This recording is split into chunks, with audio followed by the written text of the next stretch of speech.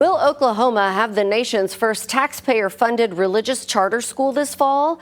It's the question taken all the way to the U.S. Supreme Court, and justices began hearing arguments from both sides today in what is expected to be a landmark decision. With Justice Amy Coney Barrett recusing herself from the decision, the future of St. Isidore of Seville Catholic Charter School is in the hands of 8 U.S. Supreme Court justices.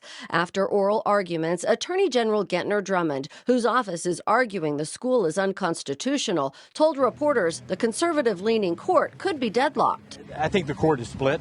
How it breaks down, is it a 4-4, 5-3? I can't tell you that, but clearly there are identified different factions. A tie would keep in place the Oklahoma Supreme Court's decision that St. Isidore's contract violates state laws and the Constitution. Drummond argues the school would be a government entity, subject to regulation, curriculum oversight, and can't discriminate students and staff based on disabilities or religion.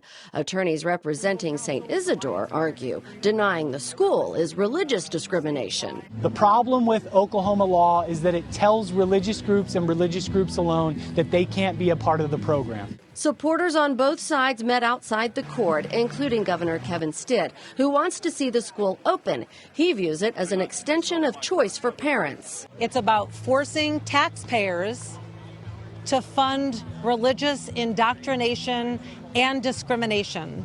That's exactly what Thomas Jefferson called sinful and tyrannical. The fact that these people say it's indoctrinating our young people is the dumbest argument I've heard, because you don't have to send your kids to that charter school. In Tulsa, parents and leaders of various faiths met to publicly voice their opposition to the school, including parent of 3 and founder of Oklahoma Rural Schools Coalition, Erica Wright, who says small schools are already struggling. That robs dollars away from our current brick and mortar schools that are the heartbeat of our community and, frankly, the driver of our economy here in the state of Oklahoma. She and the other speakers filed a separate lawsuit seeking to stop Oklahoma from funding St. Isidore.